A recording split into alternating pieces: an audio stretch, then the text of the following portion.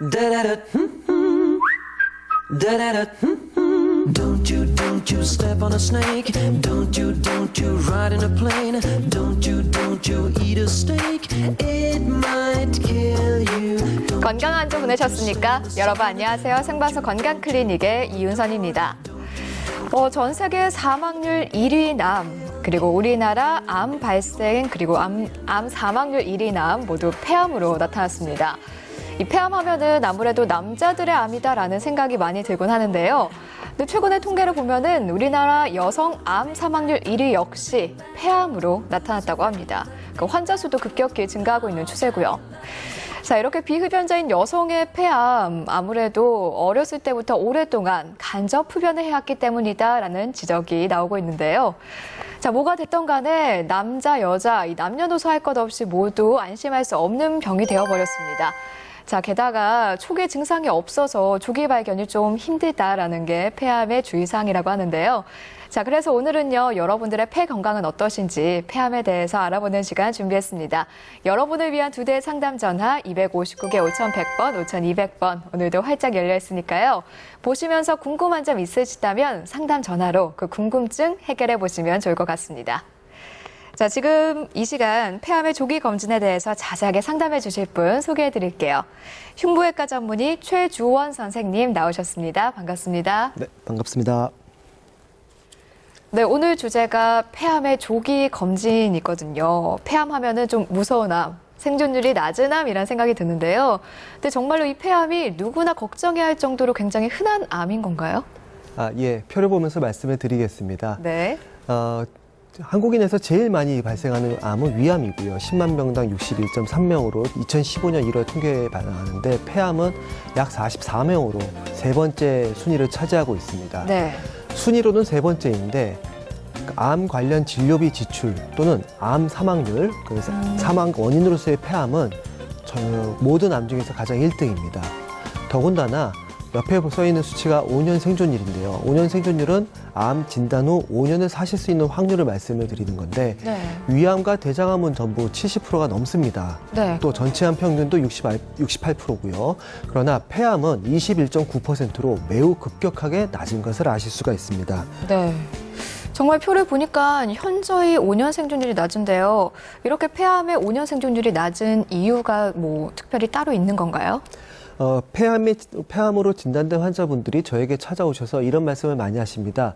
폐암은 수술해도 소용없다, 네. 또는 얼마 못 산다더라, 이런 말씀들을 많이 하시는데 이 가장 큰 원인은 조기 진단이 되질 않기 때문입니다. 위암이나 대장암 같은 경우에는 쉽게 얘기해서 자각 증상이라는 것이 있습니다. 환자분들이 속이 쓰리다거나 아니면 자신의 배변의 양상이 바뀌었다든지 네. 대변에 혈액이 섞여 나와서 피가 섞이거나 까맣게 나오는 경우 내 몸에 이상이 생겼구나 하고 병원을 찾아가게 되는데요. 폐암은 이러한 조기 증상을 주는 신호를 주는 조기 증상이 전혀 없다고 보시는 게 맞습니다. 네, 지금 이제 폐암의 증상이 없다고 말씀을 해주셨는데요. 근데 평소에 보면은 뭐 가슴이 답답하다거나 뭐 기침이 심하게 난다. 이런 증상 가지신 분들 계시거든요. 이런 증상이 있으면 아무래도 폐에 문제가 있는 거 아닐까라는 생각을 하게 되는데 뭐 폐암하고는 관련이 없는 건가요? 대부분 관련이 없습니다. 폐라는 장기 자체가 통증신경을 가지고 있지를 않습니다. 그래서 폐에 네. 혹이 생기거나 또는 병이 생겨도 그것을 통증으로 연관되지는 않습니다. 폐를 싸고 있는 굉장히 얇은 늑막은 통증신경이 있어서 병이 거기까지 진행이 된다면 그때는 통증이 생길 수 있습니다만은 네. 폐에 생기는 질환 때문에 가슴이 아픈 경우는 매우 드뭅니다.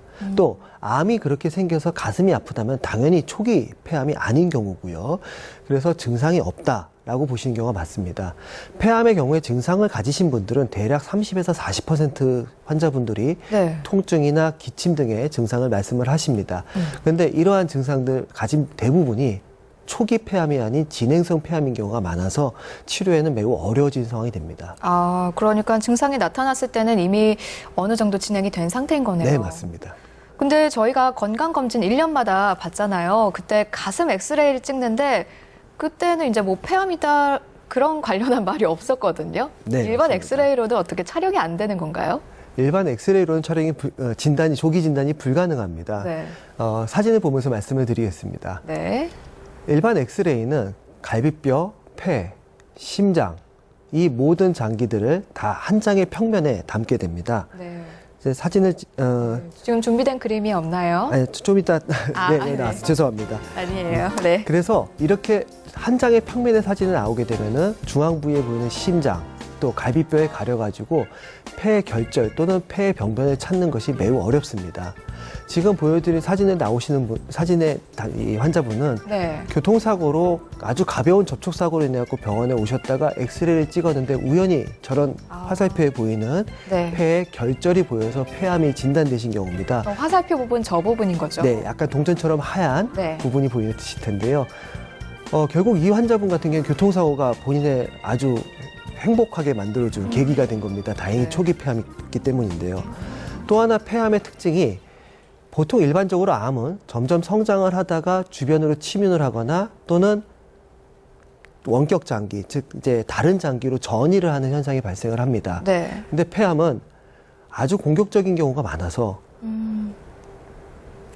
폐에 생긴 혹은 굉장히 작은데 다른 장기로 벌써 전이를 해서 치료가 불가능한 시기가 종종 발생을 합니다. 네. 뭐 폐에 생긴 혹이 한 1cm, 1.5cm인데 머리, 뇌 안에 이미 3cm짜리 혹이 있는 오히려 경우도 다른 있고요. 기관에 그렇죠. 더 크게요. 예, 예. 그래서 폐에 생긴 혹이 크기가 작다고 안심을 할 수도 없고요. 네. 또 그렇기 때문에 증상을 기다렸다가 질병을 찾는다, 폐암을 찾는다는 것은 불가능하다고 말씀드릴 수 있고 일반 엑스레이 촬영도 역시 이러한 이유로 조기 진단을 위해서 사용하는 것은 불가능하다고 볼 수 있습니다. 네. 앞서 말씀해주신 그 교통사고 사례같이 아주 운이 좋은 경우가 아니면 사실상 일반 엑스레이로는 폐암 발견이 좀 쉽지 않은 상태네요. 근데 저희가 오늘 주제가 폐암의 조기 검진이거든요. 근데 초기 증상도 없고 일반 엑스레이로도 안 나온다. 그러면 조기 검진을 어떻게 할 수 있을까요? 조기 검진할 수 있는 방법은 CT밖에 없습니다. 물론 예전에도 CT를 촬영을 하였습니다. 그리고 폐암의 진단 방법으로, 진단 도구로서 컴퓨터 촬영, 즉 CT가 정식적으로 채택이 되어 있고 계속 촬영을 해왔습니다. 그러나 조기 진단이라는 것은 건강검진, 검진을 위한 촬영이라는 것은 조금 주제가 다릅니다.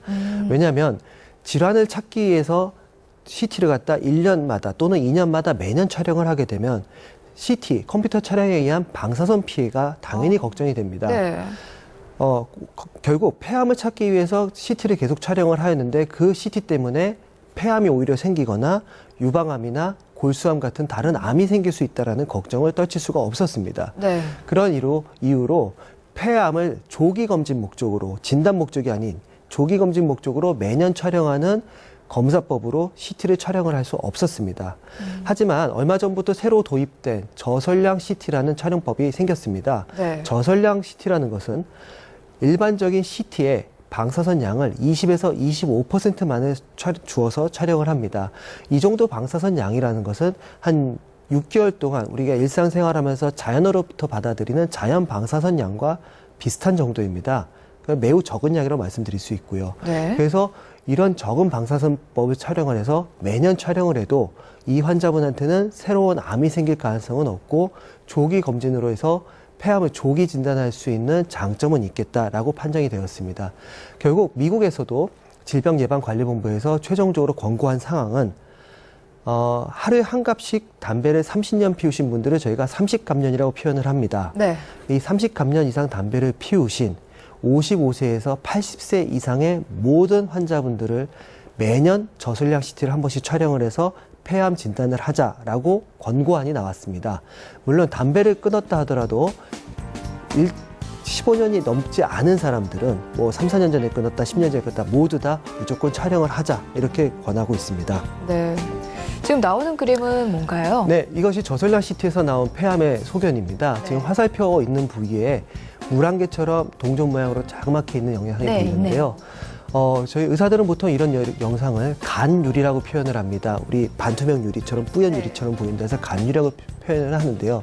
저런 간유리는 사실 완벽한 결절, 혹의 무늬가 아니라 이렇게 암세포가 얇게 깔린 정도의 변화라고 보시면 되는데 일반 엑스레이에서는 도저히 찾을 수가 없습니다. 그럴 것 같아요. 예. 네. 그래서 CT를 통해서 저런 병변을 찾아서 이것이 암이 강력하게 의심이 되는구나라고 알 수가 있습니다. 네, 그러니까 저희가 흔히 알고 있는 기존의 CT가 아니라 그야말로 폐암의 조기 검진에 위해서 방사선량을 많이 낮춘 그런 검사법으로 이제 계속해서 폐암의 조기 검진이 이루어지고 있다고 합니다.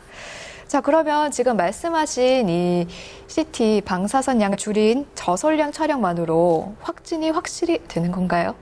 그렇지는 않습니다. 그건 또 아닌가요? 네. 모든 암은 그 사진이 아닌 네. 결국 조직이나 세포를 얻어서 현미경에 넣고 네. 병리과 전문의 선생님께서 봐주셔서 암이다라고 해줘야 진단이 됩니다. 위암이나 대장암도 마찬가지입니다. 내시경 검사를 하고 내시경 검사에서 조직을 채취해서 조직 맞아요. 검사를 하고 그리고서 이제 의사 선생님께서 조직 검사 결과 나오면은 말씀을 드릴게요라고 하는데요. 네. 폐암도 마찬가지 과정이 있어야만 됩니다. CT에서는 아무리 어떻게 보인다고 하더라도 아무 확진은 아니고요. 제가 환자분들한테도 그림자 게임이라는 얘기를 종종 합니다. 그 그림자를 보고 무언가를 맞춰야 되는데 틀릴 수 있다는 거죠.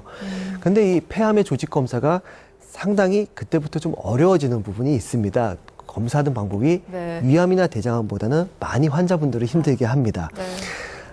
먼저 사진을 보여드리겠습니다. 네, 함께 보시죠. 기관지 내시경인데요. 폐암이 기관지 부분, 즉 가슴의 중앙 부위에 폐암이 있게 되면은 네. 위나 대장암처럼 내시경을 통해서 진단을 하게 됩니다.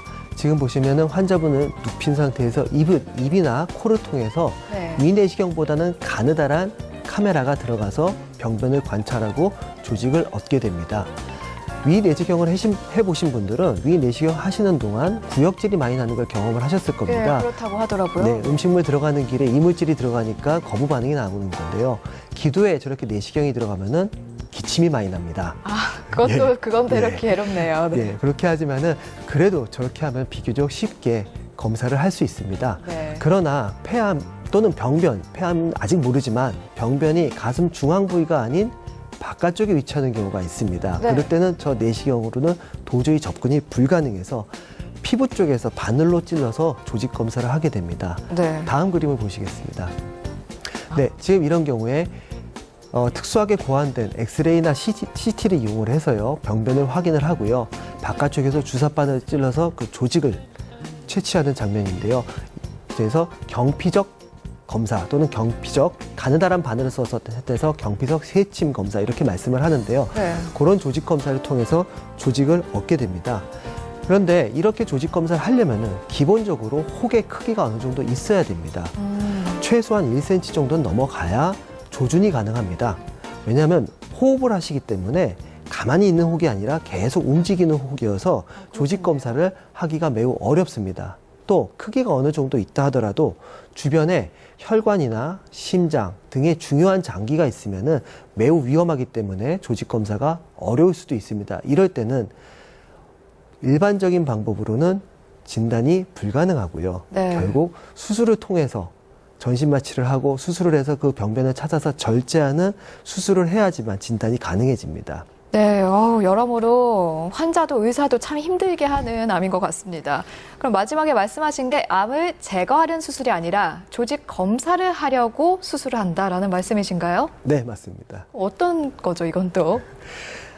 이제 사실 환자분들한테 진단을 하기 위해서 전신 마취를 하고 수술을 합시다라고 말씀을 드리면 많은 분들이 수긍을 못 하십니다. 네, 저도 지금 잘 이해가 안 가네요. 네, 많은 분들이 수긍을 못 하십니다만 폐라는 장기의 특성상 이런 조직 검사를 하기 위해서만이라도 전신 마취를 하는 수밖에 없는 경우가 종종 발생을 합니다. 네. 또 폐 결절을 기관지 내시경으로 할 때는 보고 조직 검사를 채취를 하니까 그나마 좀 나은데요. 경피적 세침 밖에서 찔러서 하는 경우에는 정확하게 찔렀는지 또는 보이지가 않네요. 확실하지가 네. 않고요. 또 혹이 일부는 암이고 일부는 암이 아닌 경우에 멀쩡한 부위만 찔렀다면 당연히 암이 아닌 걸로 진단이 됩니다. 결국 폐암을 검사를 하자고 그 어려운 걸 했는데 암세포가 현미경에서 보이면 폐암이고요. 암세포가 안 보이면 폐암이 아닌 것이 아니라 아직 모르는 것이 됩니다. 아닌 게 아니라 모르는 것이죠. 예, 저희가 이런 걸 위음성이라고 표현을 하는데 가짜 음성이라고 표현을 하는데요. 이런 경우가 생깁니다. 그래서 결국 조직 검사, 기관지 내시경, 경피적 검사 다 해봤는데 답이 안 나와서 수술을 합시다라는 말씀을 드리게 됩니다. 네. 실제로 제가 겪었던 분에서도 3, 4년 동안 매년 한 차례씩 조직 검사를 하셨습니다. 그때마다 암세포가 안 보여서 아니다 하고도 지나오셨는데 최종적인 조직 검사에서 암세포가 나왔습니다. 다행히 이분 같은 경우에 암이 아주 온순한 성격이어서 그 자리에서 자라기만 하지 딴 데로 전이가 되거나 또는 주변에 침유를 하지 않아서 수술을 하시고 완치가 되셔서 다행인 경우긴 한데 그건 아주 좀 드물 경우고요. 네. 1, 2년 기다리다가 놓쳐버리면은 다른 장기로 전이가 되거나 여러 곳으로 퍼져서 수술을 할 수 없는, 완치를 할 수 없는 폐암으로 되는 경우가 많기 때문에 조직 검사 한 번 해서 답이 안 나왔다고 그냥 괜찮다를 생각하지 마시고 의사 선생님과 상의해서 끝까지 답을 밝혀야 될 상황이라면은 어렵더라도 수술을 하셔야 됩니다. 네, 정말 들으면 들을수록 어려운 병이 아닐 수 없습니다.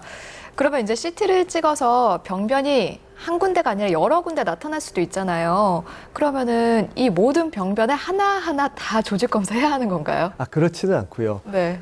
우선 조직 검사를 갖다가 폐에 보이는 모든 병변에 다 조직 검사하지는 않습니다. 지금 현재 권고 사항으로는 크기가 5에서 10mm 사이는 6개월 내지 3개월 간격으로 CT를 다시 촬영을 하면서 네. 더 커지면은 그때 조직 검사를 권하게 되고요.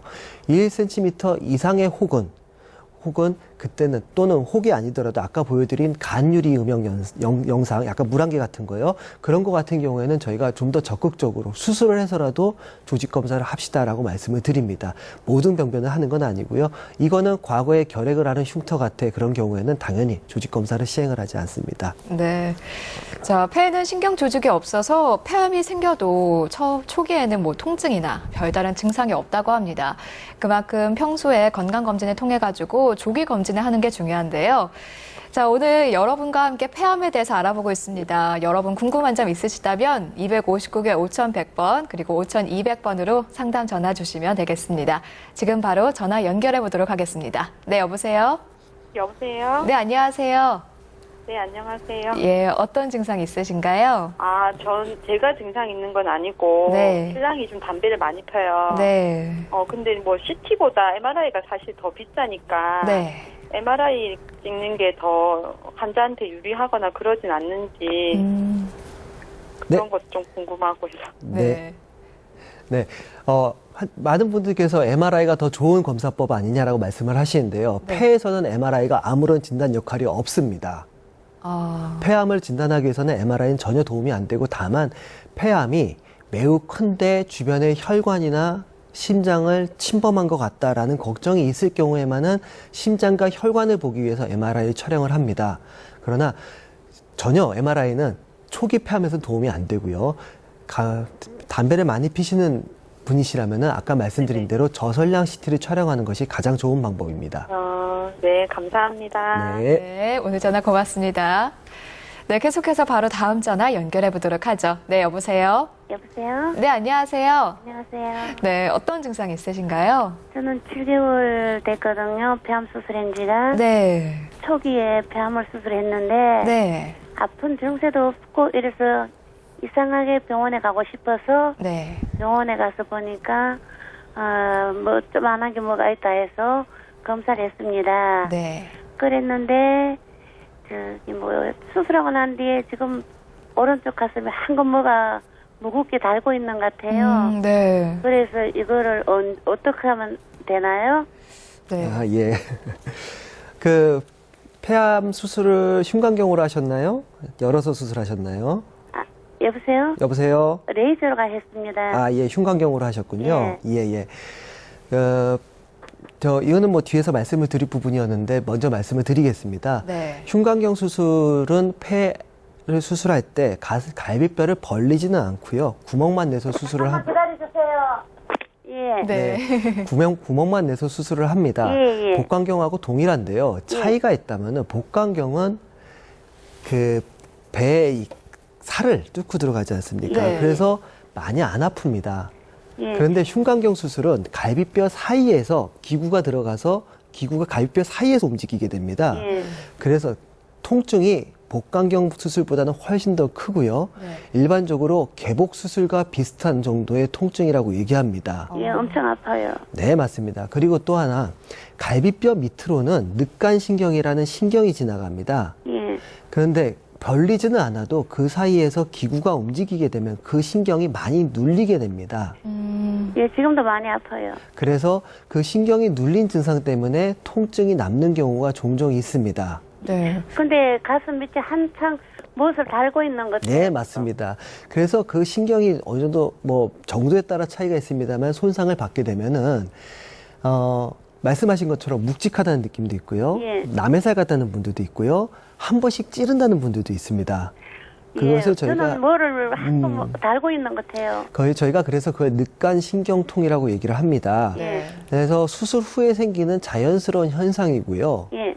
뭐 아주 심해서 일상생활이 안 된다 정도면은 저희가 뭐 다른 처치를 하거나 신경을 마비를 시키거나 하는 거기도 하는데 예. 일상생활을 하실 정도다 그러면은 저희가 보통 대부분 세월이 지나가면 좋아질 테니까 잊고 사십시오라고 말씀을 드립니다. 그 세월이라는 게 보통 1, 2년 정도는 걸립니다. 예, 그러면은 그 후에 되면은 이게 없어집니까? 대부분 없어집니다. 그래서 저희가 또 하나 말씀을 드리는 게 예. 특히 우리 어머님들 이렇게 남자분들보다는 어머님들께서 더 이런 수술 후에 통증에 더 예민하시고 더 많이 느끼세요. 예. 제가 그때 항상 여쭤보는 게 있습니다. 재밌는 드라마를 보시거나 친구분들하고 즐겁게 노실 때도 아프세요? 아, 그렇진 않습니다. 그렇습니다. 네. 별로 안 아프신 거란 얘기예요. 근데 지금도 앉아서 침대에 보통- 같이 앉아서도 아파요. 예, 맞습니다. 보통 조용한 밤에 혼자 계시거나 예, 예. 아니면 주무시려고 그러실 때, 즉 바꿔 말씀드리면은 딴 데다 이렇게 신경 쓰시던 것이 다 사라지고 내 몸으로 다 정신이 다 돌아오면은 더 많이 아파지는 겁니다. 예, 그래서 알겠습니다. 상당히 심리적인 부분이 있다는 걸 말씀을 드리는 예, 거고요. 알겠습니다. 걱정하실 부분은 아닙니다. 예, 네. 알겠습니다. 오늘 전화 고맙습니다. 고맙습니다. 네, 감사합니다. 자, 생방송 건강클리닉 오늘은 흉부외과 전문의 최주원 선생님과 함께 폐암에 대해서 알아보고 있습니다. 자, 저희 그럼 폐암에 대해서 계속해서 알아보도록 할게요. 근데 이제 저희가 조직 검사를 위해서 수술을 해야 한다. 거기까지 좀 알아봤는데 폐 수술이라고 하면은 전 아무래도 좀 무섭고 굉장히 힘들지 않을까라는 생각이 들거든요. 이제 모르겠습니다. 제 입장에서는 굉장히 쉬운 수술입니다. 아, 그런가요? 네. 물론 이렇게 얘기하면 환자분들께서 선생님은 안 당해보셨잖아요. 이렇게 얘기를 네. 하시지만 그렇죠. 어쨌든 저도 제 지금 그 말이 입장에서는 하고 있었는데, 네. 쉬운 수술이었습니다. 단순히 조직 검사만을 시행을 할 때는 뭐 아까 말씀드린 대로 흉곽경으로 수술을 하고요. 가슴 쪽에 구멍 2-3개 정도만으로 충분히 수술이 가능합니다. 물론 앞에 전화하신 분처럼 수술한 뒤에 통증이 물론 있기는 합니다. 네. 그래도 수술 시간은 약 20분에서 30분 정도면 충분하고요. 갈비뼈를 벌리고 수술하는 것이 아니기 때문에 비교적 통증도 적습니다. 준비된 그림을 한번 보시겠습니다. 네, 왼편의 그림을 보시면은 지금 카메라와 기구 2개를 들어가서 안을 보면서 수술하는 장면입니다. 오른편에 엑스레이처럼 보이는 사진은 수술장에서 직접 찍는 엑스레이인데요. 네. 아까 보여드렸던 CT에서 보여드렸던 그 물안개 같은 간 유리 음영은 네. 사실 들어가서 카메라로 보여도 안 보입니다. 그래서 수술 전에 그 병변에 저렇게 주사약으로 특수한 주사약으로 엑스레이 보일 수 있게 표시를 하고요. 그 다음에 수술 중에 저기를 찾아서 절제하는 그런 과정을 합니다. 여기까지는 한 20-30분이면 충분히 끝나고요. 네. 여기서 수술을 마무리하지는 않습니다. 아, 끝이 아닌가요? 네. 이제 그 채취한 조직을 바로 병리과에 보내서 병리과 선생님한테 조직 검사를 의뢰를 합니다. 저희가 동결 조직 검사라고 얘기를 하는데요. 그 조직을 단단하게 얼려서 얇게 깎은 다음에 현미경을 보는 겁니다. 네. 일반적으로 폐암의 조직 검사에 사용되는 그 방법에서는 각종 염색을 시행을 하여서 칼라 사진을 만들어서 봅니다. 근데 사실 그렇게까지 정교한 염색은 아니지만 동결 조직 검사만으로도 충분히 정확한 진단을 내릴 수가 있고요. 폐암을 찾을 수가 있습니다. 대략 시간은 30분 정도 걸리는데요. 네. 30분 동안 조금 기다려주면 폐암인지 아닌지 진단이 나오고요. 그러면 폐암이다. 그러면 저희가 밖에서 기다리는 보호자분들한테 폐암입니다 말씀을 드리고 환자분께서는 주무시고 계시니까 저희가 말씀을 못 드리고 다음 단계로 수술이 진행이 됩니다. 아, 그러니까 검진을 위해 수술을 시작을 했지만 그 자리에서 바로 폐암이다라는 진단이 나오면 이어서 그냥 수술을 해서 끝내는 거네요, 모두. 네, 맞습니다. 그렇군요. 그러면은 네, 진단을 위해서 수술을 하고 이제 암으로 확진이 됐을 경우 이렇게 모두 다 그냥 그 자리에서 수술하고 끝내는 건가요? 대부분 그렇게 합니다. 어떤 수술법을 사용하시죠? 자, 다음 그림 다시 한번 그림을 보겠습니다. 네. 다음 그림 보여드리겠습니다. 지금은 이제 조직 검사를 하기 위해서 잘라내는 모양을 보여드리고 있습니다. 중간에 기관지가 있고 양쪽에 폐가 있는데요. 화면에서 왼쪽에 보이는 것이 오른쪽 폐인데, 오른쪽 폐는 보시다시피 상중하 세 개의 덩어리로 되어 있고, 왼쪽은 상하 두 덩어리로 되어 있습니다. 그거 다르네요. 네. 네. 자, 오른쪽 폐, 그러니까 화면에서 보이는 왼쪽 폐에 노랗게 저희가 암 병변을 가상으로 그려서 표시를 해드렸습니다. 네. 처음에 이거를 진단하기 위해서는 쐐기 절제술이라고 해서 저렇게 삼각형 모양으로 잘라내는데요. 여름철에 수박 볼 때 안에 삼각형으로 잘라서 내부 익었는지 보는 거랑 동일하다고 생각하시면 됩니다. 저기까지 한 20분이면 되고요. 네. 거기서 조직 검사에서 폐암이 나오면 다음 그림을 주십시오. 아까 병변이 있던 우상엽 전체를 다 한 덩어리를 제거를 하게 됩니다. 네. 많은 분들께서 저래도 살아요? 저래도 괜찮습니까? 숨 안 많이 차요? 라고 제거하는 거 말씀을 아닌가 하시는데 뭐 어쩔 수 없습니다. 암이라는 것은 결국은 재발을 방지하는 게 가장 중요하기 때문에 저렇게 절제를 하고요. 저렇게 절제해도 환자분이 괜찮으신지 여부를 수술 전에 폐기능 검사라든지 운동부와 폐기능 검사 등의 검사법으로 충분히 증명을 하고 저렇게 폐엽 절제술이라는 것을 시행을 합니다. 네. 경우에 따라서는 전체를 다 안 잘라내고요. 저렇게 한 귀퉁이만 자르는 경우도 있습니다. 저걸 폐구역 절제술 또는 폐구획 절제술이라고 얘기를 하는데요. 모든 게 가능하지는 않고요. 폐암의 크기가 일반적으로 1.5cm보다 작은 경우, 또 해부학적으로 적절한 위치에 있는 경우에 저렇게 시행을 하는데요. 저는 환자분들한테 이렇게 비유를 합니다. 과일이 있는데 한 나무에 과일 여러 개가 있을 때 하나가 썩었을 때 그 과일만 잘라내는 방법이 있고요. 썩은 부위가 작다면 그 과일 중에서 일부만 깎아내고 나머지 과일을 쓰는 경우가 있는데 구역절제술은 그렇게 일부만 잘라내는 것으로 보시면 되겠습니다. 그래서 사과 그림이 옆에 있었던 거군요. 네, 맞습니다. 네. 저는 이제 폐 수술이다 하면은 아무래도 이렇게 절개를 해서 벌려서 하지 않을까 했는데 아까 상담 사례에서도 그렇고 흉곽경 수술이 가능하다면서요? 네. 참 좋을 것 같은데 일단 흉터가 적잖아요. 네, 맞습니다. 폐암의 크기가 7cm 이하, 또 병기로는요. 암은 모든 병기를 1, 2, 3, 4로 나눴는데 2기 전반까지는 원칙적으로 흉곽경 수술이 충분히 가능하고 여러 수술하는 것과 차이가 없는 걸로 되어 있습니다. 그 차이라는 것은 암 수술만큼 깨끗하게 완전하게 수술할 수 있다는 뜻이 됩니다. 네. 그림을 한번 보시겠습니다. 자, 그 왼편 그림이 예전에 수술하던 방식입니다. 네. 그래서 저렇게 갈비뼈 사이를 거의 한 뼘 가까이 벌리게 됩니다. 그러면 우리 어깨를 움직이는 근육의 손상도 많이 되고요. 통증도 상당히 심합니다. 굉장히 많이 벌리네요. 네. 네. 뭐 수술하는 사람의 손이 들어가야 되니까 당연히 저 정도 벌릴 수밖에 그렇겠네요. 없고요. 네. 예, 이렇게 하고 상당히 통증도 심했고요. 뭐 수술하다가 나이 드신 분들은 갈비뼈가 이렇게 한두 개씩 부러지기도 하고 좀 힘든 수술이었습니다. 반면에 오른편에 보이는 그림이 흉곽경 수술입니다. 아까 저희가 구멍을 2개 내지 3개 내고 수술을 한다고 그랬는데 네. 병리과 선생님께서 폐암입니다 라고 그러면 그 구멍 3개나 2개 중에 한 구멍만 한 4에서 5cm로 확장을 합니다. 네. 그래서 지금 위에 그림이 이제 확장을 한 상태인데 그렇게 확장을 해서 그 구멍만을 통해서 수술을 하게 됩니다. 물론 아까 상담해 주신 분처럼 저래도 아픕니다. 그죠. 아프긴 합니다만 네. 그래도 기존에 비해서는 훨씬 좋아졌고요. 또 수술 부위의 통증이 사실은 이 폐암에서 제일 문제가 되는 게 아프시면 숨을 크게 못 쉬시고 그래서 수술 후에 폐렴이 잘 생길 수 있습니다. 그렇군요. 그래서 수술 후에 통증을 줄여준다는 것이 굉장히 큰 장점이 되는데요. 그런 면에서 흉곽경 수술을 요즘 적극적으로 많이 시행을 하고 있습니다. 네. 근데 요즘 보면은 의료 기술이 정말 많이 발달을 했는데 이 폐암에도 로봇을 이용해서 수술을 한다고 들었어요. 좀 자세히 알 수 있을까요? 폐암에서도 로봇 수술을 사용을 하고 있습니다. 네. 굉장히 전국에 많은 곳에 로봇이 설치가 되어 있는데요. 원칙적으로는 동일합니다. 폐암이나 로봇이나 수술 과정도 동일하고요. 수술 방식도 동일합니다. 다만 흉곽경 수술 기구 자체는 기본적으로 직선형이고요. 안에 들어가선 젓가락 같은 작용을 하기 때문에 조금 불편함이 있고요. 로봇 수술은 내부에 들어가는 기구 로봇 팔이 손목 관절이 있어서 움직임이 좋습니다. 그래서 수술하기는 조금 편하기는 합니다. 앞서 말한 신경을 누르는 이런 것도 좀 동일합니다. 동일해요. 동일하고요. 네. 그 신경보다 더 안쪽에서 벌어지는 일입니다. 오히려 네. 지금 로봇 수술 그림인데요. 화면에 왼쪽에 그런 장치에 앉아 계신 분이 네. 수술하는 의사입니다. 아, 네. 로봇 수술 시에는 의사가 환자 옆에 있질 않습니다. 그러네요. 옆에 떨어져서 로봇 조종 장치를 조정해서 오른편에 보이는 저 여러 개의 팔 달린 장치가 로봇 기기인데요. 저것이 수술을 하게 됩니다.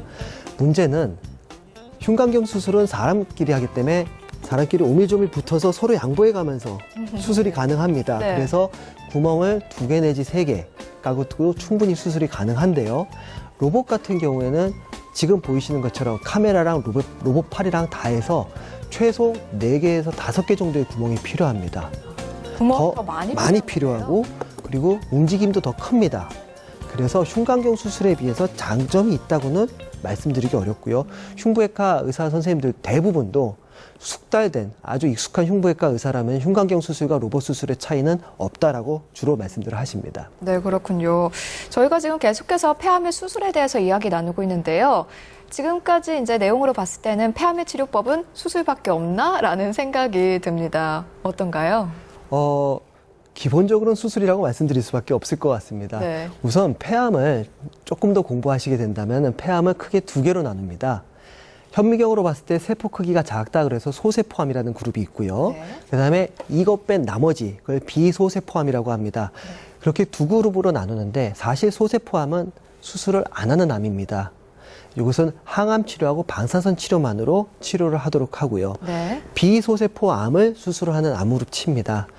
다시 암은 아까 말씀드린 대로 1기부터 4기까지 나눠지는데요. 네. 현재로서 1기, 2기는 수술하는 것이 제일 좋습니다.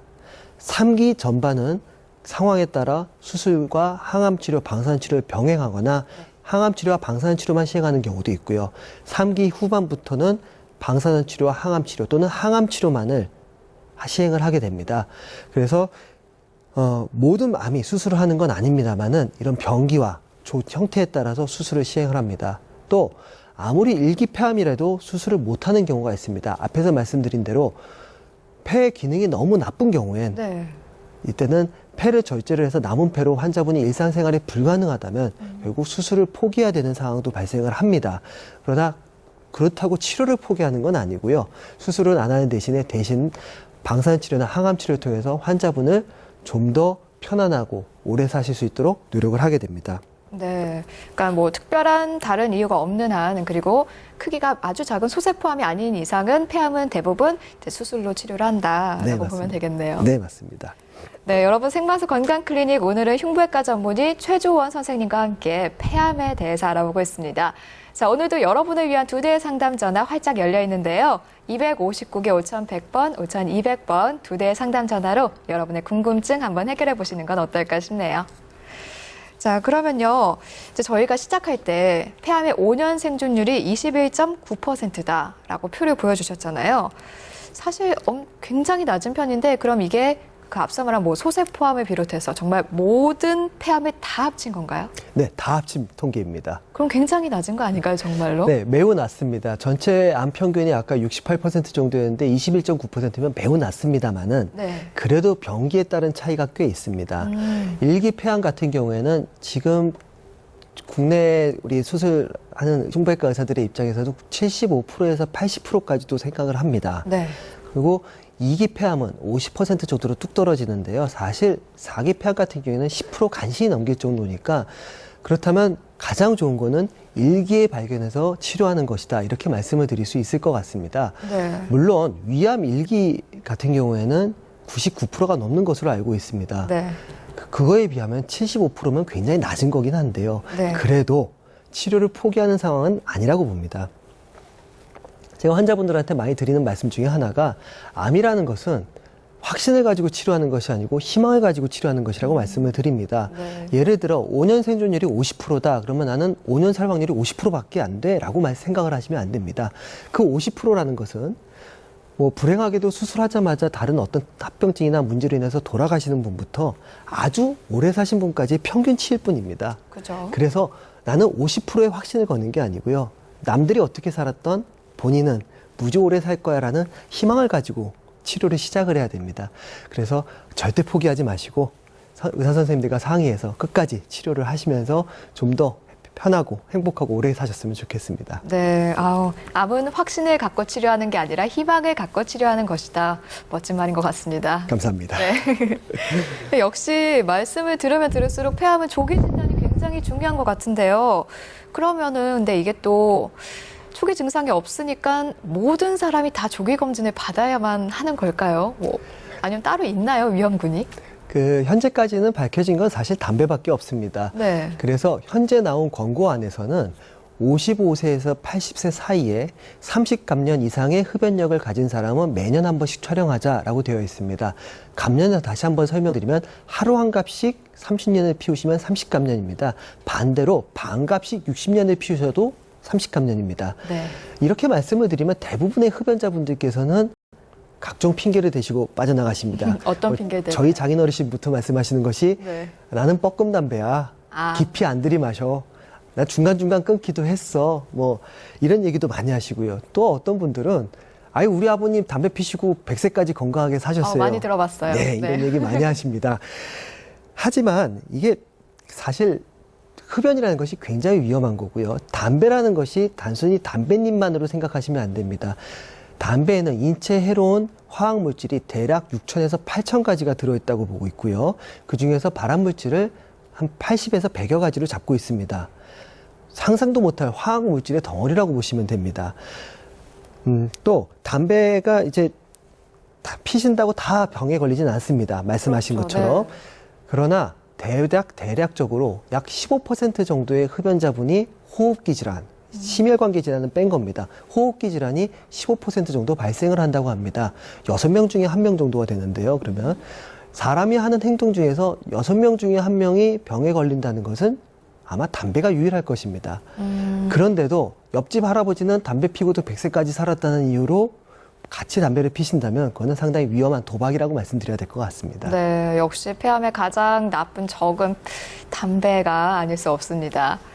자, 그런데 또 요즘에 보면은 그렇다고 흡연을 하시는 분들만 폐암에 걸리는 건 아니더라고요. 네, 맞습니다. 흡연이 안 하시면서 비흡연자가 폐암에 걸리는 것을 대략 15에서 20% 정도 잡고 있는데요. 유럽에서 나온 보고는 사실 13에서 15% 정도로 조금 낮고요. 우리나라 보고가 조금 더 많습니다. 20에서 많게는 30%까지도 얘기하십니다. 네. 근데 어떤 분이 비흡연자인데도 폐암에 걸리냐는 것은 아직 밝혀진 부분은 없습니다. 간접 흡연이 가장 유력한 후보로 되고 있습니다만은 아직 수치화돼서 증명이 된 건 아니어서요. 네. 이런 분들은 다 담배를 피신 분하고 똑같이 매년 CT를 찍어야 되는가는 아직 증명이 되지는 않았습니다. 하지만 네. 걱정이 되신다든지 또 가족분의 폐암이 있다든지 그러면은 의사 선생님과 상의해서 촬영을 해보시는 것도 나쁘진 않다고 봅니다. 현재로서는 우선은 아까 말씀드린 것처럼 55세에서 80세 사이에서 30감년 이상의 흡연력을 가진 분들은 매년 한 번씩 저설량 CT를 촬영을 하셔도 인체에 해 없이 폐암을 조기 검진해서 이득을 볼 수 있다 이렇게 말씀을 드릴 수 있을 것 같습니다. 네, 맞습니다. 정말 사실 그동안 보면요. 담배는 몸에 해롭다. 정말 백해무익하다. 그리고 모든 병을 볼 때 원인이 담배가 빠진 적이 없습니다. 이렇게나 나쁜데 게다가 담배값도 올랐잖아요. 그럼에도 끊지 못하는 이유 뭐가 있을까요? 담배가 가진 죄송합니다. 네. 담배가 가진 매우 강한 중독성 때문입니다. 사실 이 중독성이라는 것은 두 가지를 가지게 되는데요. 심리적 중독성과 양리적 중독성으로 나눕니다. 담배는 이 두 가지를 다 가지고 있습니다. 사실 우리가 이제 향정신성 의약품에서 분류되는 대마초는 심리적 중독성만 있지 양리적 중독성은 없습니다. 담배보다도 중독성이 약하다는 건데요. 물론 절대 하면 안 되지만 사실 이렇게 중독성이 강한데도 담배가 이렇게 자유롭게 팔리고 있다는 자체도 사실은 모순이긴 합니다. 세금이 많기는 해도요. 그래서 담배를 갖다가 끊는다는 게 본인의 의지, 매년 1월 1일마다 담배 끊을래 하는 본인의 의지만으로는 절대 불가능합니다. 중독이 심하신 분들, 즉 담배 피는 양이 많으신 분들, 또 주변에 담배 피는 분들이 많을수록 가족 중에 담배 피우는 분들이 많을수록 또 끊기 힘듭니다.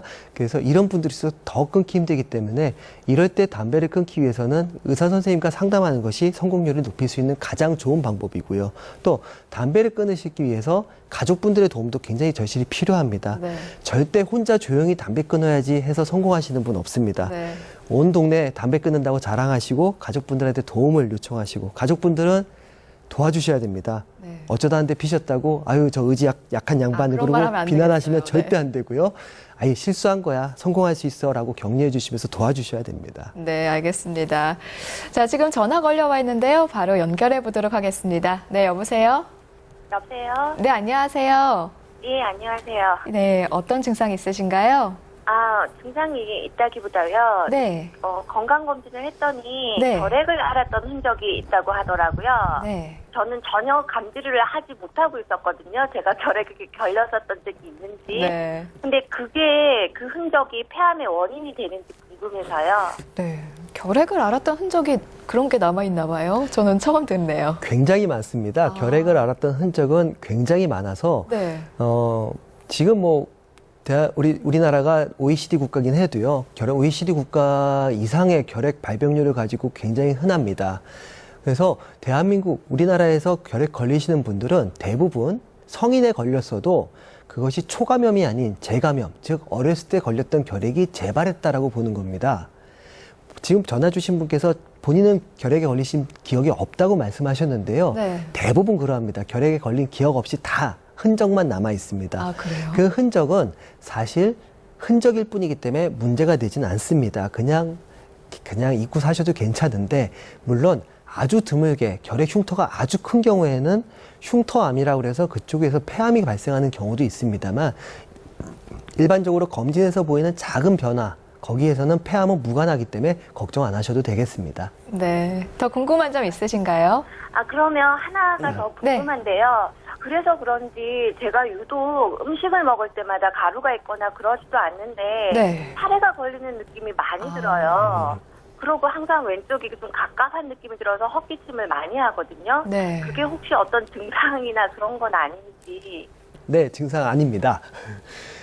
명쾌하게 사례 걸리신다고 말씀을 하셨는데 네. 사례가 걸리는 것은 음식물이나 어떤 가루나 이런 것이 원치 않게 기도로 들어가는 상황입니다. 그래서 네. 음식물이나 가래, 물, 하여튼 뭐 어떤 것이 됐든 자기 목에 이 후두에 있을 때 자기 근육이 조절을 해서 기도로 빼지 않고 식도로 몰아가줘야 되는데 이럴 때 한 번씩 실수를 해가지고 사례가 걸리는 것입니다. 이거는 폐암, 즉 기도보다 아래 발생하는 부분과는 전혀 관계가 없고요. 또 이렇게 사례가 자주 걸리시는 분들이 사실 후두염이 많이 생겨서 또 이런 쪽에 자극이 많이 돼서 염증 때문에 목이 간질간질하다는 느낌을 많이 받으십니다. 네. 그런데 이것은 폐암하고 관계없이 후두 쪽의 증상이기 때문에 많이 불편하시다면 이비인후과 선생님하고 상의하시는 것이 오히려 더 효율적일 것 같고요. 가슴이 답답하시다고 말씀하셨는데 아까 말씀드린 대로 폐암은 통증이 없습니다. 네, 그래서 그거를 폐암하고 연관지어서 고민하실 필요는 없으실 것 같습니다. 네. 네, 고맙습니다. 네, 오늘 전화 고맙습니다. 네, 감사합니다. 네, 계속해서 바로 다음 전화 연결하겠습니다. 네, 여보세요? 여보세요? 네, 안녕하세요.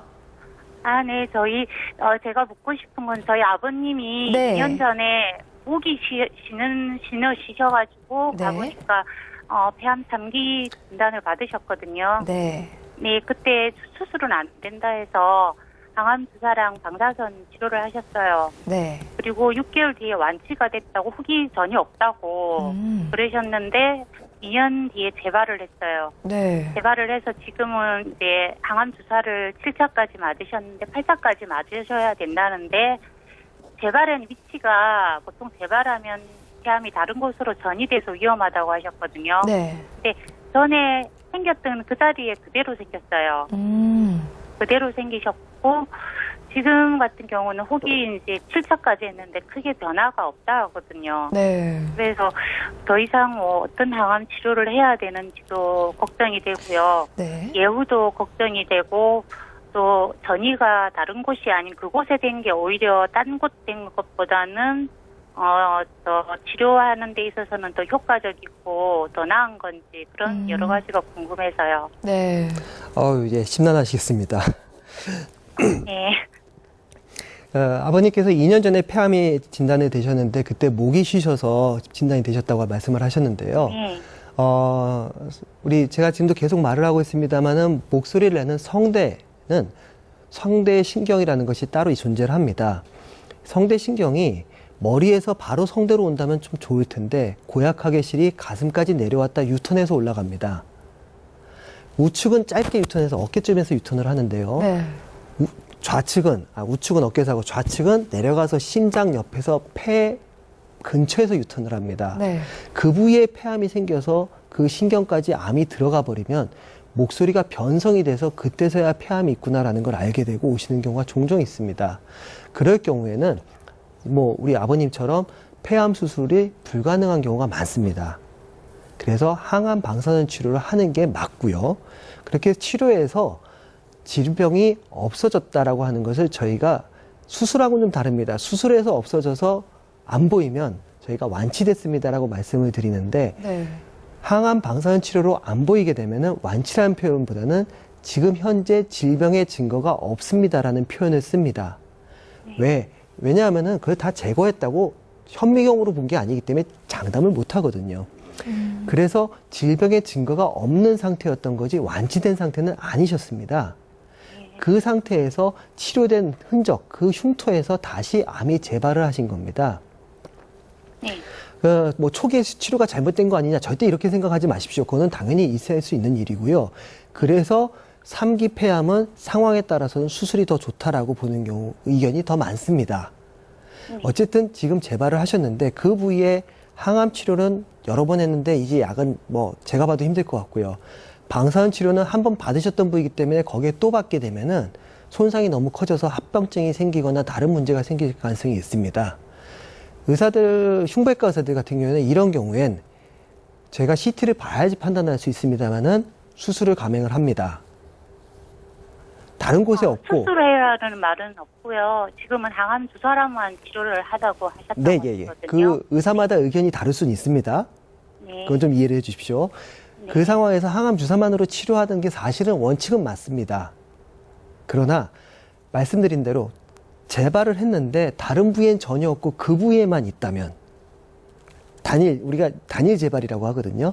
그 부위에만 있다면은 그럴 경우에는 항암제 어차피 지금 듣는 것도 없는데 수술해서 띄고 추가 항암 치료를 하겠다라고 보는 의견도 있을 수 있습니다. 그리고 저는 그런 의견을 가진 사람입니다. 물론 아버님께서 그 혹이 거기 말고 다른 데 있다면은 저는 절대 수술 안 할 겁니다. 그러나 지금 보호자분께서 말씀하신 데 거기에만 있어요. 그리고 주변하고는 좀 떨어져 있어서 수술될 것 같다 그러면은 저는 수술을 권해드리고 싶습니다. 그리고 항암 치료를 하는 게 오히려 나을 것 같아요. 지금 말씀하신 대로 항암 치료를 했는데 크기가 안 준다는 것은 암도 세균하고 똑같이 항암제의 내성을 갖게 됩니다. 동일한 항암제를 쓰다가 처음엔 효과가 있었다 하더라도 시간이 갈수록 효과는 사라지게 됩니다. 네. 그래서 항암제를 1차 항암제, 2차, 3차까지 쓰게 되는데요. 3차까지 써도 효과가 없고 크기가 줄지 않는다면 사실은 아버님은 이제 치료 방법이 남은 도구가 없습니다. 그러면 수술을 생각해 보는 것도 그렇죠. 하나의 방법이 하나의 방법이 될 수 있습니다. 그래서 네. CT를 가지고 흉부외과 선생님하고 상담을 한번 해보시는 것도 지금은 아마 혈액종양내과 선생님이 상담을 하고 계실 것 같습니다. 네. 물론 그 혈액종양내과 선생님께서 다 같은 병원의 흉부외과 선생님하고 상의를 하셨을 수도 있습니다. 네. 그래서 그렇긴 한데 흉부외과 선생님하고 상의를 해보시는 것도 방법이 될 수 있습니다. 네. 네. 그렇구나. 그러면 다른 데 전이된 것보다는 그래도 이게 단일 그렇죠. 재발이 맞습니다. 더 나은 거죠. 그렇죠. 다른 데 재발이 됐다는 얘기는 암이 피를 타고 혈관을 타고 피를 타고 이사를 해야 되는 거거든요. 네. 근데 그게 아직 없다면은 그나마 조금 아직 그래도 희망을 잡고 있을 수 있는 시기일 것 같습니다. 네. 예, 알겠습니다. 감사합니다. 네, 오늘 전화 고맙습니다. 네, 감사합니다. 네. 자, 생방송 건강클리닉 지금까지 흉부외과 전문의 최주원 선생님과 함께 폐암의 조기 진단에 대해서 알아봤습니다. 선생님 끝으로 시청자분들께 한마디 해주시죠. 금연해 주십시오.